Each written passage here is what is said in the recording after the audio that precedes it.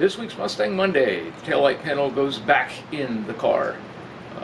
It is installed, trunk lid lines up a lot better than it used to. Pretty happy with it for the most part. Still got a lot of cleanup work to do, welds to grind down, seams to fill, things like that. But for right now, the panel is in and functional.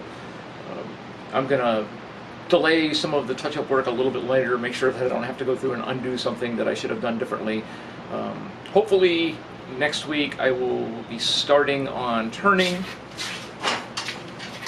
this perfectly functional, pretty chrome bumper into something just as functional, but not nearly as pretty and not nearly as chrome.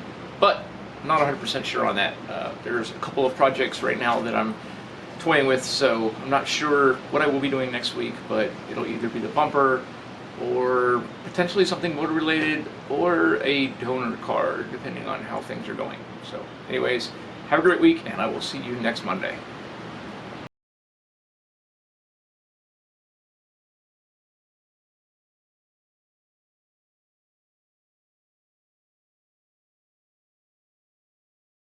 Started out by marking any place that steel touched steel. Some of the caps and stuff like that back there are pot metal, and I can't weld to that with the MIG, so just marked everything where I knew I was going to do. Put some spreader bars there to push the taillight panels out, the rear fenders out a little bit, to give a little bit more clearance for the gap lines on the trunk lid. I've also taken this thing off and on 3 or 4 times before I finally got the gaps set where I wanted them to be.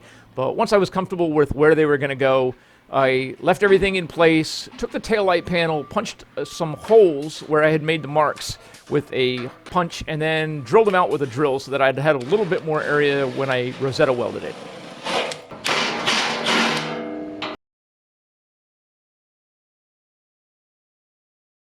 This was one of those areas where I was a little too aggressive with the cutoff wheel and tore the valence up. I didn't want to replace the entire thing. Like I said, it's all sorts of bonded and welded on, so cut a little square out of 16 gauge steel and then trace that onto the rear valence, cut it out with a cutoff wheel, filed it down to clean it up so that it would make nicer welds, and then just slowly and patiently just spot welded it in place.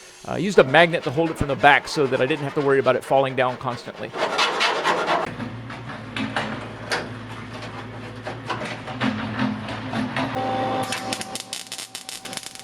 Just like I said, patience and time.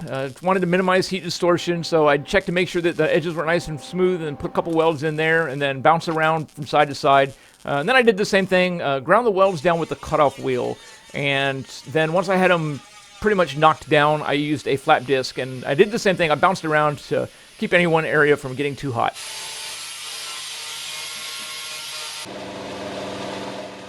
I gave it a couple coats of primer, a couple coats of spray paint, popped the taillight panel back in, cleaned up the edges on the corner panels underneath the trunk, and then just started welding everything. Bounced around from side to side, front to back. Eventually, I will grind these welds. I will finish these welds and grind them flat so that it's all one smooth piece of metal when you open up the trunk lid. But for right now, again, I want to make sure that I got this right before I have to undo a bunch of stuff. Test fitted the trunk lid, climbed inside, and once I took the spreader bars apart, just started welding, welded all the Rosetta welds, and then welded any place that steel touched steel. Once I've got a little further along, I'll go through and spot weld the bottom panel in and then seam seal it and be done.